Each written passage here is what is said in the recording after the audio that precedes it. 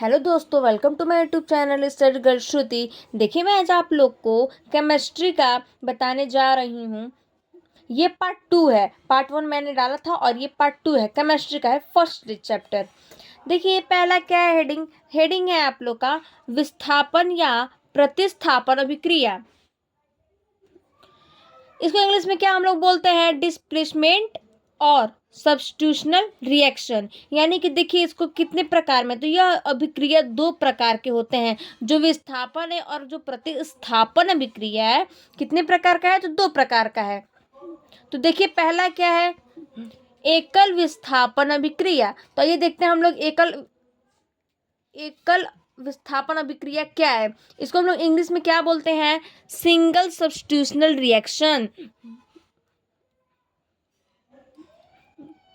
देखिए क्या कह रहा है, बोल रहा है अधिक क्रियाशील धातु कम क्रियाशील धातु को विस्थापित कर देता है। बोल रहा है कि जो अधिक क्रियाशील धातु होता है और जो कम क्रियाशील धातु होता है उसको क्या करता है, विस्थापित कर देता है। तो देखिए जैसे में क्या, जैसे में देखिए आयरन Fe+Cu कॉपर और SO4 सल्फेट, और इसको देखिए हम लोग कम टू फॉर्म, यानी कि देखिए हम लोग यहाँ बना FeSO4+Cu, यानी कॉपर क्या वो अलग निकल गया। नेक्स्ट है Zn+CuSO4 to form Zn SO4+Cu, यानी ये देखिए इसमें भी क्या हो गया, कॉपर बाहर निकल गया। अब दूसरा देखिए क्या है, दूसरा आप लोग का हेडिंग है द्विविस्थापन अभिक्रिया या उभय अपघटन अभिक्रिया। इसको क्या हम लोग इंग्लिश में बोलते हैं, डबल डिकॉर्पोरेशन रिएक्शन। तो आइए देखते हैं इसका डिफिनेशन क्या है। देखिए इसका क्या है डिफिनेशन, वे रासायनिक अभिक्रिया जिनमें अभिकारक यौगिकों के यानों अथवा मोलकों के परस्पर विनिमय द्वारा नए उत्पाद बनते हैं। बोल रहा है वह रासायनिक अभिक्रिया, यानी कि वह रासायनिक अभिक्रिया जिसका अभिकारक यौगिक के यानों में और मोलकों में क्या है, परस्पर विनिमय द्वारा नए उत्पाद जो बनाते हैं, उसी को क्या होता है, उभय अपघटन अभिक्रिया क्या हम लोग कहलाते हैं। जैसे में देखिए AgNO3+KCl मीनी पोटेशियम क्लोराइड सिल्वर, तो इसको देखिए हम लोग क्या इसमें निकाले हैं, तो सिल्वर नाइट्रेट क्या हो गया, निकाले हैं। नेक्स्ट इसको टू फॉर्म करते हैं KNO3 यानी कि पोटेशियम नाइट्रेट प्लस AgCl यानी कि सिल्वर क्लोराइड। ये इसका क्या एग्जाम्पल है। नेक्स्ट देखते हैं सी क्या, नेक्स्ट देखते हैं नेक्स्ट टॉपिक क्या कह रहा है। देखिए दोस्तों, तो नेक्स्ट टॉपिक बोल रहा है, नेक्स्ट टॉपिक बोल रहे हैं उष्माक्षेपी अभिक्रिया यानी कि एक्सोथर्मिक रिएक्शन। तो देखिए एक्सोथर्मिक रिएक्शन क्या कर रहा है, यानी कि उष्माक्षेपी अभिक्रिया क्या कह रहा है। बोल रहा है वे रासायनिक अभिक्रिया जिसमें उष्मा निर्मुक्त होती है, मतलब कि वो जो रासायनिक अभिक्रिया जिसमें उष्मा क्या होता है, निर्मुक्त होती है, और उसको क्या हम लोग बोलते हैं, उष्माक्षेपी अभिक्रिया कहते हैं। इसमें उष्मा की मात्रा को उत्पादों की और धन चिन्हों के साथ दर्शाया जाता है। बोल रहा है जो उष्मा की मात्रा होता है और जो उत्पादों के धन चिन्ह होते हैं उसके साथ क्या होता है, हम लोग दर्शाते हैं। तो कैसे, तो देखिए यहाँ पे एग्जांपल में दिया है, जैसे में ग्रेफाइट को जलाने पर वायु के साथ क्या होता है, निम्न अभिक्रिया होती है। यानी कि ग्रेफाइट हो गया और जलाने के बाद क्या होता है, वायु के साथ क्या करता है, अभिक्रिया होती है। जैसे कि देखिए यहाँ पे दिया है CO2 यानी कि कार्बन और ऑक्सीजन, तो यहाँ पर लिखा है कि कार्बन डाइऑक्साइड एक में हो गया और 94.0 KCl, ये इसका एग्जाम्पल। नेक्स्ट देखते हैं नेक्स्ट टॉपिक है क्या, नेक्स्ट टॉपिक है आप लोग का उष्माशोषी अभिक्रिया। आइए देखते हैं उष्माशोषी अभिक्रिया क्या कह रहा है। उष्माशोषी अभिक्रिया इसको इंग्लिश में क्या बोलते हैं हम लोग, एंडोथर्मिक रिएक्शन। उष्माक्षेपी अभिक्रिया में क्या था, एक्सोथर्मिक रिएक्शन, और उष्माशोषी में क्या है, एंडोथर्मिक रिएक्शन। तो आइए देखते हैं वे रासायनिक अभिक्रिया जिनमें उष्मा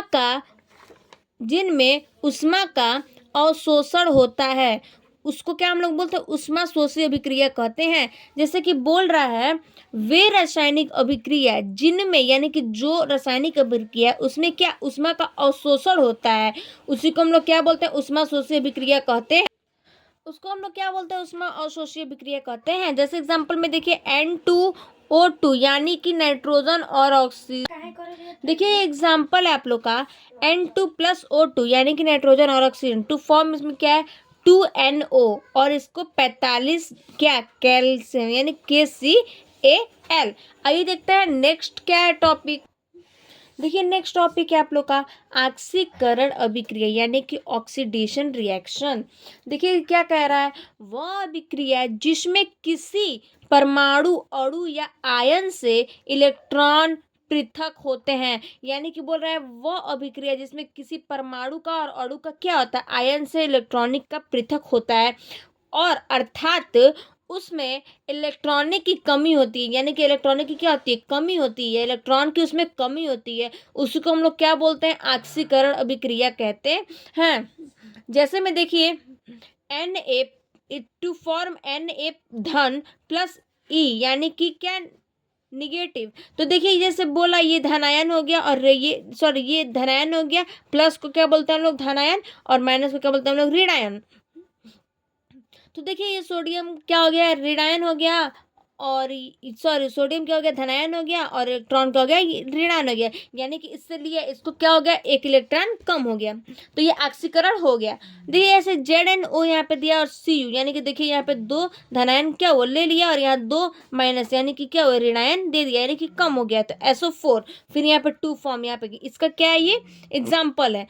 ऐसे नोट में देखिए मतलब एक एग्जाम्पल है आप लोग का, ऑक्सीकरण को उपचयन भी कर, यानी कि जो ऑक्सीकरण है उसको हम लोग क्या बोलते हैं, तो उपचयन भी कहते हैं। तो आइए देखते हैं हम लोग नेक्स्ट टॉपिक क्या है आप लोग का, अपचयन अभिक्रिया। तो आइए देखते हैं अपचयन अभिक्रिया क्या कह रहा है।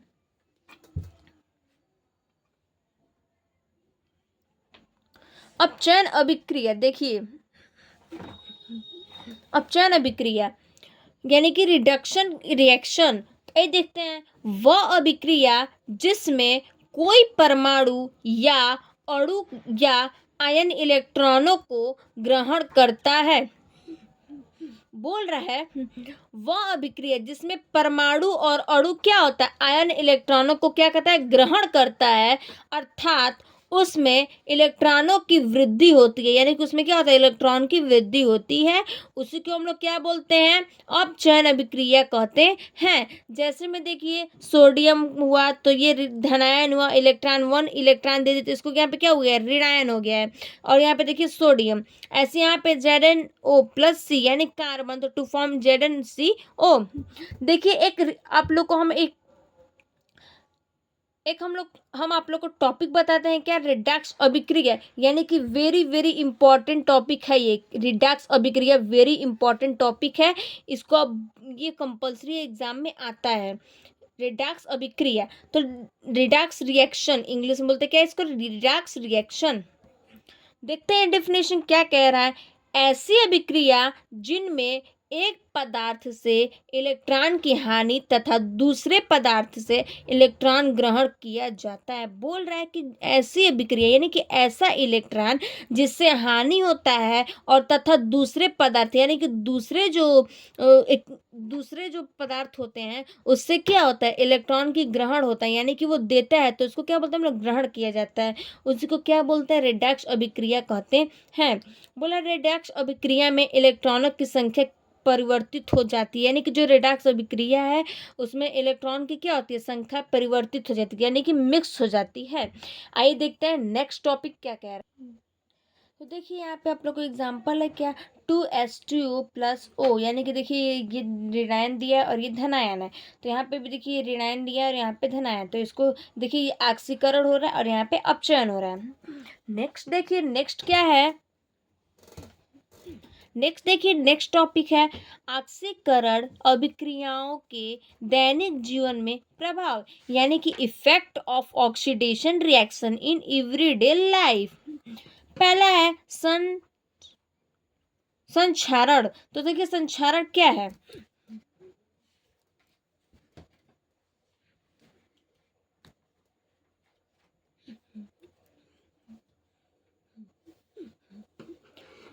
देखिए संक्षारण, यानी कि इंग्लिश में बोलते हैं इसको कोरोशन। तो देखिए बोल रहा है वह अभिक्रिया जिसमें धातु वायु की ऑक्सीजन नमी या अन्य रसायनों से धीमी अभिक्रिया द्वारा धीरे धीरे नष्ट हो जाती है। बोल रहा है कि वह अभिक्रिया है जिसमें धातु और वायु की ऑक्सीजन क्या होती है, नमी या अन्य रसायनों से क्या होती है, धीमी अभिक्रिया द्वारा धीरे धीरे नष्ट हो जाती है। उसी को क्या बोलता है, संक्षारण कहलाता है। जैसे कि एक एग्जाम्पल है क्या, लोहे पर जंग लगना, यानी कि देखिए लोहे पर जंग लग जाता है तो वो क्या हो गया है, ऑक्सीजन की नमी से, यानी कि नमी के कारण। फिर है चांदी की आभूषण पर, यानी कि चांदी का जो सामान होता है उसके आभूषणों पर काली परत, चांदी के आभूषणों पर काली परत, यानी कि काली जो परत होती है उसकी चांदी के जो आभूषण होते हैं उस पर काली परत हो जाती है, उसी पे क्या होता है, जंग लग जाता है। वो किसके कारण होता है, तो ऑक्सीजन की नमी के कारण, धातु वायु यानी ऑक्सीजन की किस कारण, तो नमी के कारण। देखिए नेक्स्ट है आप लोग का टॉपिक,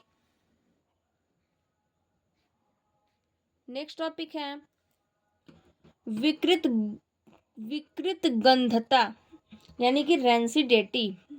देखते हैं रेंसिडिटी क्या है। बोल रहा है खाद्य पदार्थ में उपस्थित तेल तथा वसा के मंद ऑक्सीकरण से अनेक स्वाद तथा गंध में परिवर्तन हो जाता है। उसी को हम लोग क्या करते हैं, विकृत गंधिता कहलाता है। बोल रहा है कि जो खाद्य पदार्थ होता है उसमें जो उपस्थित होते हैं, तेल होते हैं, वसा होते हैं, मंद होते हैं, मतलब कि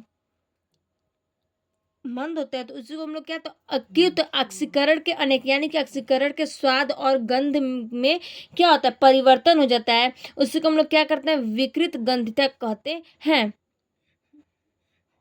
जैसे में विकृत गंधिता का कारण वायवीय ऑक्सीकरण होता है। बोल रहा है कि जो विकृत विकृत गंधता का कारण जो होता है वो क्या है, तो वायवीय ऑक्सीकरण होता है। अर्थात वसायुक्त अथवा तैलीय खाद्य सामग्री को जब लंबे समय तक खुला रखा जाता है, बोल रहा है कि जो तैलीय पदार्थ होता है वो सामग्री को हम लोग क्या करते हैं, लंबे समय तक, कि बहुत देर तक हम लोग जब खुले रख देते हैं तो वह ऑक्सीकरण के कारण विकृत गंधिता तथा खाने योग्य नहीं रहती है, यानी कि उसकी जो गंध चली जाती है और फिर वो क्या रहता है, वो फिर खाना हम लोग नहीं, मतलब वो खा नहीं पाते हैं, वो खाने के लायक ही नहीं रहता है। उसी में बोल रहा है कि उसी को हम लोग क्या बोलते हैं, विकृत गंधिता कहते हैं। विकृत गंधिता, अब यहाँ बोल रहा है विकृत गंधिता को निम्न विधियों द्वारा रोका जा सकता है, यानी कि इसकी कुछ विधियां हैं किसकी, विकृत गंधिता की, उसी से हम लोग क्या करते हैं, रोक सकते हैं। किस चीज की, तो ये सब जो हम लोग वसा है और जो तेल है वो सबको मंद को क्या कर सकते हैं, हम लोग क्या कर सकते हैं, रोक सकते हैं। तो आइए मैं बताती हूँ इसकी इंपॉर्टेंट चीज की क्या है जिससे हम लोग क्या कर सकते हैं, रोक सकते हैं। देखिए पहला है ये, इसमें क्या, खाद्य पदार्थों को अनुरोधी पात्रों में, देखिए पहला है क्या, इसमें खाद्य पदार्थों को अनुरोधी पात्रों में रखना, यानी कि जो खाद्य पदार्थ होता है उसको अनुरोधी में, यानी कि स्वच्छ पात्रों में क्या करते हैं, रखते हैं। और दूसरा क्या है, निम्न ताप पर पके हुए खाने का प्रशीतन, यानी कि जो पका हुआ खाना है निम्न ताप पर, मतलब पके हुए खाने को क्या करना है, प्रशीतन, यानी कि खाने को अच्छे से रखें। तीसरा है खाद्य पदार्थ जैसे आलू, चिप्स आदि को पैकिंग में ऑक्सीजन हटाकर उसके स्थान पर नाइट्रोजन गैस भर देते हैं। जैसे कि जो खाद्य पदार्थ जैसे आलू है, चिप्स है, इसको हम लोग ऑक्सीजन को हटाकर क्या कर देते हैं, उसमें नाइट्रोजन गैस भर देते हैं। चल थैंक यू, चलिए फिर अगले वीडियो में।